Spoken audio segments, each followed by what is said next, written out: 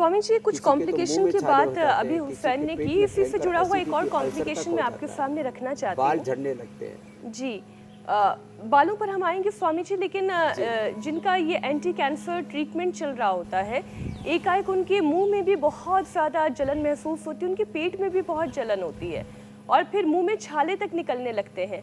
तो इसके लिए क्या उपाय किए जा सकते हैं, खास तौर पर मुंह के छालों के लिए?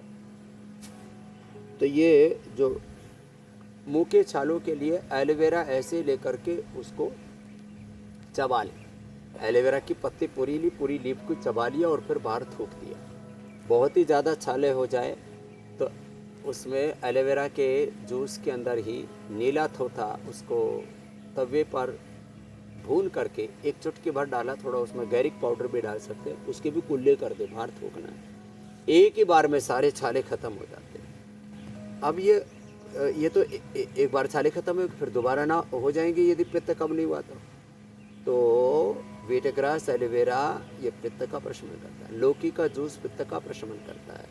शीशम, पीपल, ये पीपल के पेड़ के नीचे बैठे हैं, पीपल, शीशम, बेल, नीम के पत्ते, शीशम, पीपल, बेल, नीम के पत्ते, दूर्वा, दूधी घास, इससे पित्त का प्रशमन हो जाता है। और वन तुलसी, ये भी रात को भिगो दें और उसको सुबह पानी में फूल करके बहुत अच्छा हो जाता है। या गोंद कतीरा रात को भिगो दें और सुबह उसको पानी में ही ऐसे घोट करके पी लें, अथवा ठंडे दूध में भी पिया जा सकता है, तो उससे भी पित्त का प्रशमन हो जाता है। जितना हो सके हरी सब्जियां ज़्यादा से ज़्यादा खाएं। लाल मिर्च और जितने भी मसाले हैं ये पित्त की वृद्धि करते हैं, खास करके कैंसर जैसे रोगों में, और जब ये मुंह में छाले हो जाते हैं और जिनको पाइल्स, फिशर, फिस्टुला, अब उसमें तो हम कायाकल्पवटी और शोग्रिट भी देते हैं, लेकिन ये बड़ा खतरनाक है। लाल मिर्च और मसाले, इनको तो छोड़ना ही पड़ेगा। ठीक है स्वामी जी, देखिए मुंह के छाले और जलन से कैसे राहत मिलेगी ये आपने बता दिया। एलोवेरा जूस पीने से, एलोवेरा लगाने से, ये भी कहीं पर भी किसी भी प्रकार का चमड़ी पर या मुंह में कहीं पर भी छाला उभर रहा है, वो एकदम से उसका प्रशमन हो जाता है। स्वामी जी, एक बहुत कॉमन टेंडेंसी ये पैदा होती है कि लोगों को उल्टियाँ होती हैं के लिए, और उससे भी लोग बहुत परेशान होते हैं, कुछ भी खा पी नहीं पाते, वोमिटिंग टेंडेंसी बहुत ज़्यादा बढ़ जाती है जब कीमोथेरेपी चल रही होती है।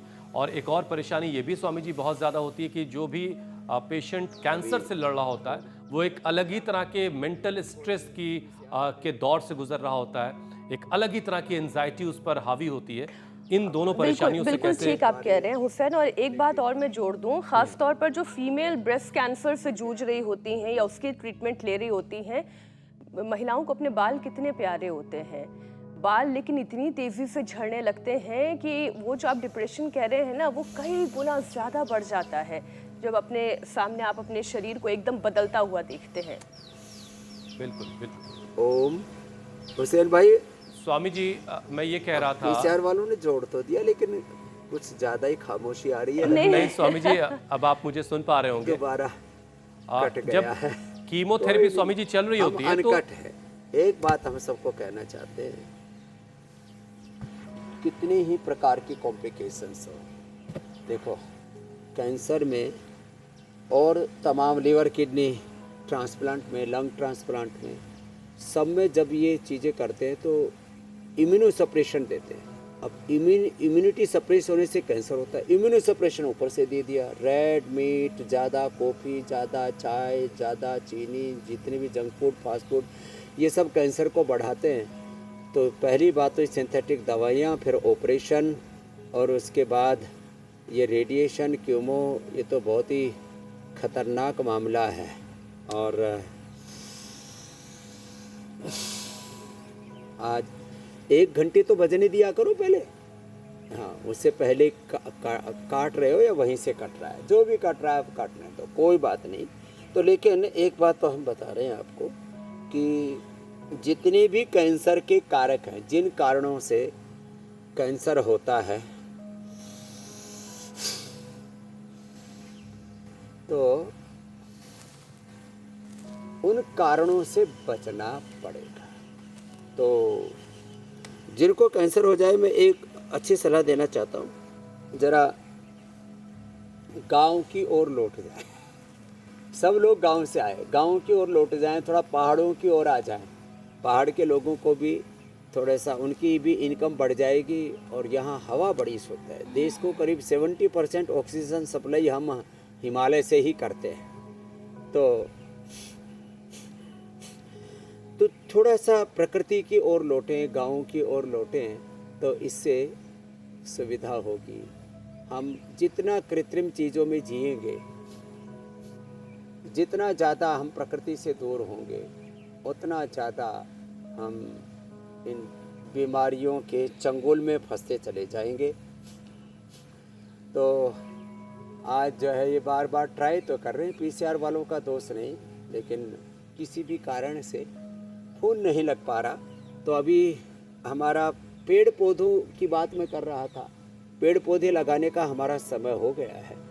तो देखो, एक तो प्राणायाम ज़्यादा करना है, भस्त्रिका आधा से 1 घंटा, कपालभाति 1-1 घंटा, और दिन भर अनुलोम विलोम करा देते हम कैंसर के पेशेंट को। और अपने घरों में भी अच्छे अच्छे पौधे लगाएं। ये वीट ग्रास आप गमले में ही लगा सकते हैं, 7 गमलों में लगा दें 7 दिन तक, एक एक दिन ऐसे 7 दिन तक लगाते रहे तो 7 दिन में 9 दिन में ये जवारे तैयार हो जाते हैं। इसको फिर इसका रस पी लिया करें। एक तो ये बात है। तो अपने घर में एलोवेरा लगाएं, अपने घर में ये गिलोय लगाएं, अपने घर में वीट ग्रास लगाएं। और ये आज हमने एक पौधा चुना है, शुरू में बोल रहा था, अपराजिता। ये जो अपराजिता है, इसके बड़े फायदे हैं। तो आज हम ये थोड़े नीले फूल वाली भी होती है और सफ़ेद फूल वाली होती है। दोनों ही तरह की जो अपराजिता है, ये स्किन के लिए है।